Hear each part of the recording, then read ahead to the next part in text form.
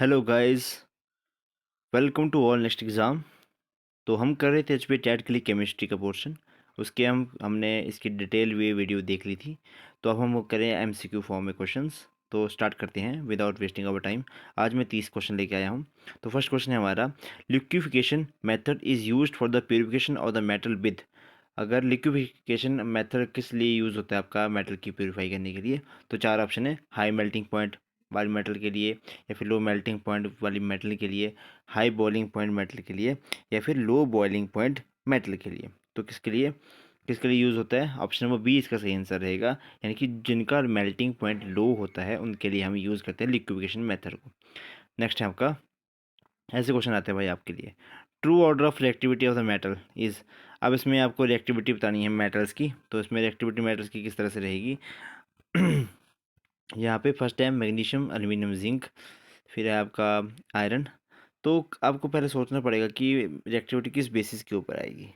Okay, तो उसमें आएगा आपका मैग्नीशियम, एल्यूमिनियम, जिंक और आपका आयरन। ये आएगी इस तरह में आपकी आएगी। मतलब देखना आपकी आउटर मोस्ट शेल में कितने इलेक्ट्रॉन रह रहे हैं। ठीक है, मैग्नीशियम कितने होते हैं? सोडियम, मैग्नीशियम, एल्यूमिनियम, इसमें तो दो, फिर आते हैं तीन। ठीक है, जितने कम होंगे उतनी ज़्यादा रिएक्टिविटी होने के चांसेस ज़्यादा है। चार से कम होंगे तो कम, फिर उसके बाद ज़्यादा हो जाएंगे तो मतलब ये कि कितने लूज़ करेंगे और कितने गेन करेंगे। नेक्स्ट है द फार्मूला ऑफ रस्ट। बहुत इंपॉर्टेंट क्वेश्चन ये। तो फार्मूला ऑफ रस्ट क्या रहता है आपका? तो फार्मूला ऑफ रस्ट रहेगा आपका बी ऑप्शन, Fe2O3 H2O। ठीक है, Fe2O3 और X2O, देखिए बी ऑप्शन रहेगा आपका। नेक्स्ट है, how many non metals are in solid state. Non metal आपकी कितनी सॉलिड स्टेट में है?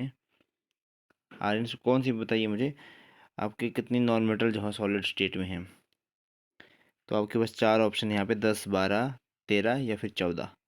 तो 114 का ऑप्शन है यहाँ पे। इन्होंने दिया है 10 ऑप्शन। क्या ये क्वेश्चन ठीक है या गलत है, मुझे ये बताओ। ठीक है, मैक्सिमम आपकी जो नॉन मेटल नहीं रहती हैं वो रहती है आपकी गैसेस फॉर्म में। कुछ रहती हैं आपकी कुछ फॉर्म में, लिक्विड फॉर्म में भी रहती है ना, ब्रोमीन। ठीक है, तो सॉलिड स्टेट में है 10। यही कैसे क्वेश्चन आपको नहीं आएगा पर। नेक्स्ट है, sulphur belongs to dash groups in the product table. तो सल्फर किसके ग्रुप में आता है आपका?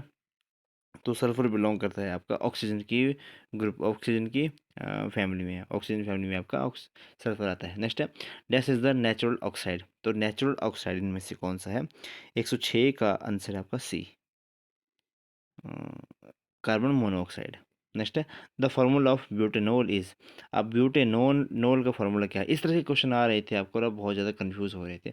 ब्यूटेनॉल है, तो देखिए मिथ इथ प्रोप ब्यूट, यानी कि 4 कार्बन इसमें होंगे और ओ लगा, यानी कि आपका अल्कोहल का फॉर्मूला है। तो ऑप्शन नंबर डी इसमें सही आंसर होना चाहिए। तो 107 में का ऑप्शन नंबर डी ही सही आंसर रहेगा। देखिए, एक तो मैंने ये प्लेलिस्ट आपकी चली है केमिस्ट्री वाली, एक और प्लेलिस्ट है मतलब पड़ी होगी उसमें। उसमें देख लो, उसमें मैंने आपको ये नॉमेनक्लेचर वाले करवाए हैं। तो उनको भूल के मतलब देख लेना उनको ज़रा। नेक्स्ट है, the boiling point of acetone is.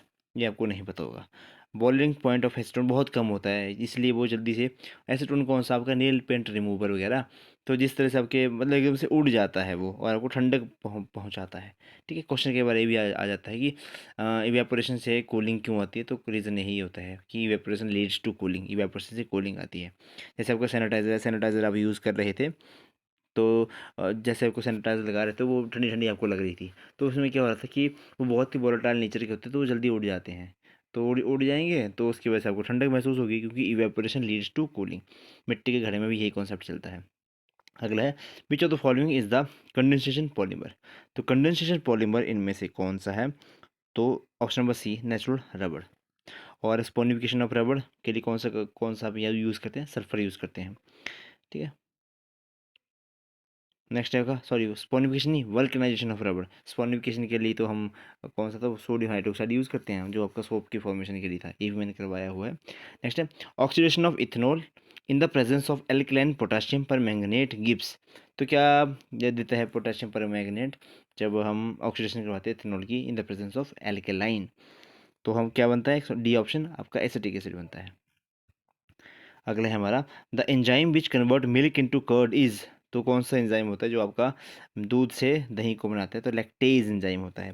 111 का ऑप्शन नंबर ए। और इसके लिए जो बैक्टीरिया यूज होता है वो होता है Lactobacillus bulgaricus. Vinegar is a methanol acidic ही होगा, इथेनोइक एसिड या एसिटिक एसिड। विनेगर क्या है? विनेगर एसिटिक एसिड है। इन्होंने किस तरह से दिया हुआ है? तो कौन सा एसिड है? CH3COOH। तो इसमें से आएगा आपका 112 का ऑप्शन है डी ऑप्शन, इथेनोइक एसिड या फिर एसिटिक एसिड। ठीक है, नेक्स्ट आपका फॉर्मूला ऑफ कार्बोनिक एसिड। तो कार्बोनिक एसिड का फॉर्मूला क्या रहता है? H3CO2 या फिर HCO3। तो 113 का ऑप्शन नंबर है यहाँ पे, ऑप्शन नंबर ए H2CO3। ठीक है, अगला है हमारा how many non metals are in gas state. तो आपको पता है कि सारी मैक्सिमम गैसेज आपकी क्या है? नॉन मेटल्स हैं। तो कितनी है जो गैसेज फॉर्म में नंबर पूछा गया है यहाँ पे? तो ऑप्शन नंबर डी 11। अगला है हमारा the transition temperature of sulphur is कितना डिग्री सेल्सियस है ट्रांजिशन टेम्परेचर सल्फर का? तो 115 का ऑप्शन रहेगा आपके पास, डी ऑप्शन 96। नेक्स्ट है, ये तो कर दिया हमने। प्योर गोल्ड इज कितने is dash carat. Pure gold कितने कैरेट्स का होता है? तो 24 कैरेट का आपका प्योर गोल्ड होता है। अच्छा, कैरेट किसकी यूनिट है? प्योरिटी की यूनिट है या फिर किसी वेट वूट की यूनिट है? मुझे बताना। और अगर पता हो तो बताइए कि जो आपका कोहिनूर का हीरा है वो कितने कैरेट का था। Melting point of iron is dash degree Celsius, ये पूछ सकते हैं। गलनांक कितना है आयरन का? तो वो है आपका 1539, ऑप्शन नंबर ए 1539 है। नेक्स्ट है आपका steel is an alloy of किसका रहेगा? स्टील आयरन, सिलिका, आयरन, निकल, आयरन, क्रोमियम, आयरन, कार्बन। देखिए, स्टील में जब भी स्टील आएगा तो सबसे पहले याद रखिए कि कार्बन इसमें आएगा ही आएगा। ठीक है, तो किसका इसमें अलॉय है? 119 का ऑप्शन नंबर डी। ठीक है, और भी बहुत सारी चीज़ें होंगी इसमें डली हुई, लेकिन ऑप्शन के अकॉर्डिंग हम इसके साथ जाएंगे। कार्बन बहुत इंपॉर्टेंट कंपोनेंट रहता है, इसका परसेंटेज चाहे कम हो रहती है लेकिन इंपॉर्टेंट रहता है। बेकिंग सोडा का फॉर्मूला कितना रहता है आपका? NaHCO3, sodium hydrogen carbonate, NaHCO3, option number A. Next है during the chemical reaction the concentration of the reactant. जब हम केमिकल रिएक्शन होती है तो कंसंट्रेशन क्या रहती है आपके रिएक्टेंट की? तो ऑप्शन नंबर सी डिक्रीज, कम हो जाती है। डैश डिफाइंड पीएच इन 1909। तो पीएच को किसने डिफाइन किया था 1909 में? ये भी क्वेश्चन आ सकता है कि किसने उसको मतलब डिस्क्राइब किया था, मतलब डिस्कवर किया था। तो 122 का ऑप्शन नंबर बी सोरेनसन ने। नेक्स्ट है प्रिपरेशन ऑफ वेजिटेबल घी, ये भी कल किया था, from the vegetable oil is called hydrogenation reaction. Next है हमारा bombardment of neutron on 6 lithium 3 6Li3, मतलब एटॉमिक मास इसका 6 और Li का एटॉमिक नंबर 3 गिब्स। तो क्या देता है ये? न्यूट्रॉन इसमें हम बोम्बार्ड करते हैं तो 124 का ऑप्शन बड़ी ये देता है आपका 3H1। देखो इस तरह से लिखा है ये H, मतलब यहाँ पे 3 और यहाँ पे 1, इस तरह से है ये। ठीक है, मास नंबर है और नीचे एटॉमिक नंबर है।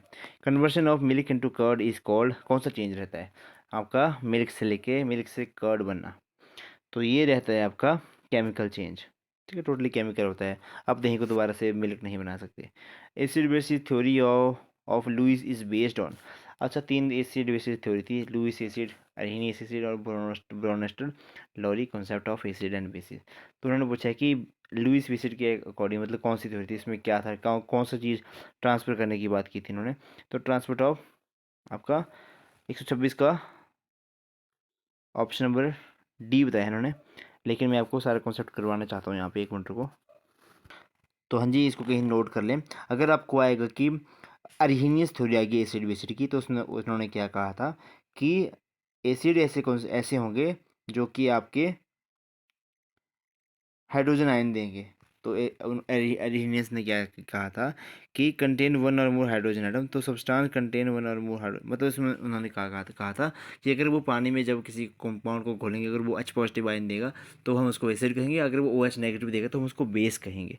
ओके, और ब्रोनस्टर लॉरी कॉन्सेप्ट ने कहा था कि एसिड ऐसे कंपाउंड होंगे जो डोनेट करेंगे प्रोटॉन को, यानी कि H पॉजिटिव आयन को जो डोनेट करेंगे उनको हम कहेंगे एसिड, और जो एक्सेप्ट करेंगे प्रोटॉन को, यानी कि जो एक्सेप्ट करेंगे हाइड्रोजन मतलब H पॉजिटिव को, तो इनको हम क्या कहेंगे? बेस कहेंगे।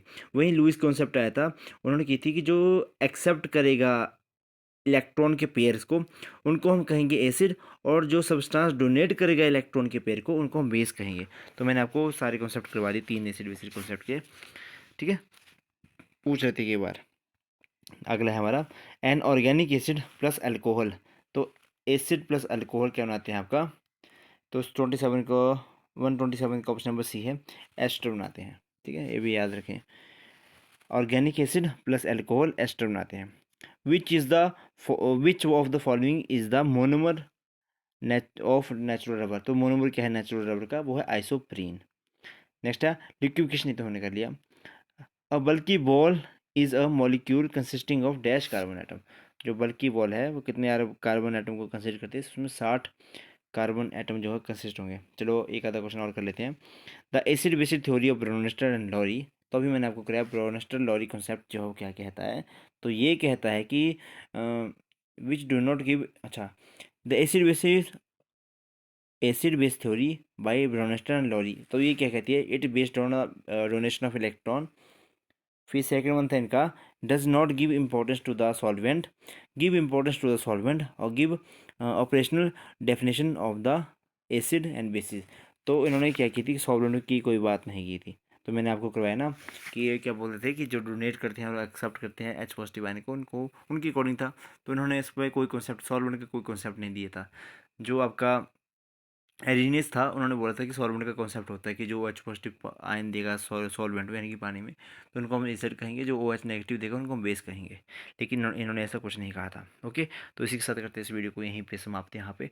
अगर किसी को मतलब क्वेरीज आएगी कि लंबे से लंबे वीडियो बनाओ या फिर थोड़ा सा ज़्यादा डिटेल में लेके आओ, तो तभी उनके ऊपर कॉन्सेप्ट जो हो उनके ऊपर जो हो काम किया जाएगा। आज ये ऐसे मुझे अगर 2-4 लोग देख रहे हों, क्योंकि जो पूरी वीडियो लग जाता है पता कि पूरी वीडियो देख रहे हैं नहीं देख रहे हैं, तो उस जिस हिसाब से डिमांड आएगी ज़्यादा से ज़्यादा लोगों की, उस हिसाब से वीडियो जो तैयार की जाएंगी। ओके, इसी के साथ करते हैं वीडियो को समाप्त यहाँ पे। तो आपका दिन शुभ हो। धन्यवाद। जय हिंद, जय हिमाचल।